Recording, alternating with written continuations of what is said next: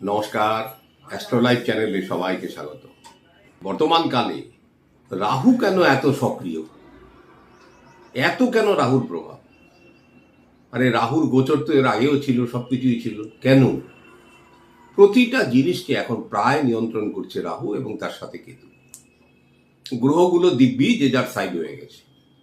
সেই যে 29শে মার্চের গ্রহদের বৈঠক, তারপরেই এই দায়িত্ব এদের দেওয়া হয়েছে কিনা জানা নেই, যে মানুষের জীবন আজকে কিন্তু রাহু দ্বারা সম্পূর্ণরূপে প্রভাবিত।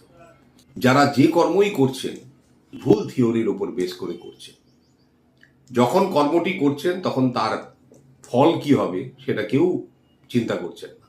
সে আপনি রাজনীতি থেকে শুরু করে অর্থনীতি, সাধারণ মানুষ, গরিব, প্রত্যেকেরই এক অবস্থা। মানে রাহু আমাদের ব্রেনটাকে সম্পূর্ণরূপে একদম হোয়াইট ওয়াশ করে রেখে দিয়েছে। কেন, সে একটা মায়াজাল, ইলিউশনের কারক। তা আপনার সামনে সে যেভাবে দেখাবে আপনি সেইভাবে দেখবেন।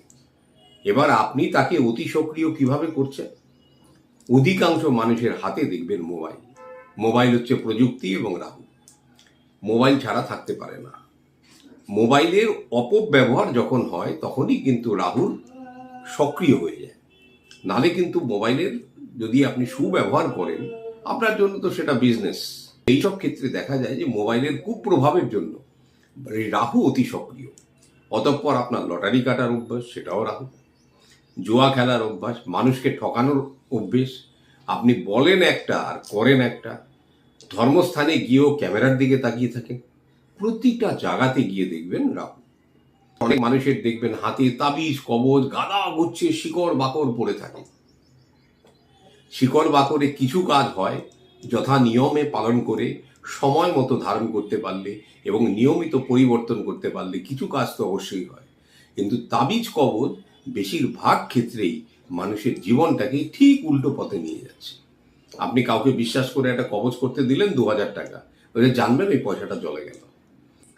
যে এই তাবিজ কবজ ধারণ করার পরে যদি কাউকে জিজ্ঞেস করেন আপনার উন্নতি হয়েছে, বেশিরভাগ মানুষই বলবে দূর, তার থেকে তো খারাপই হয়েছে। যেভাবে একটা তাবিজ কবজ করার নিয়ম, সেই নিয়ম আর কেউ ফলো করে না। সেও রাহু দ্বারা প্রভাবিত, কারণ তার অর্থ উপার্জনের একটা প্রচেষ্টা থাকে এবং অসৎ উপায়, এবং তারা সেটা করে।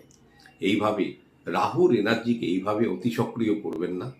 তার জন্য মেডিটেশন, কপালে একটা চন্দনের ফোঁটা আর ধূসর রং, কালো রঙের জামা কাপড় পরা থেকে বিরত থাকুন। বাড়ির টয়লেটটার দিকে তাকিয়ে দেখুন সেটা পরিষ্কার পরিচ্ছন্ন আছে কিনা, নিয়মিত পরিষ্কার।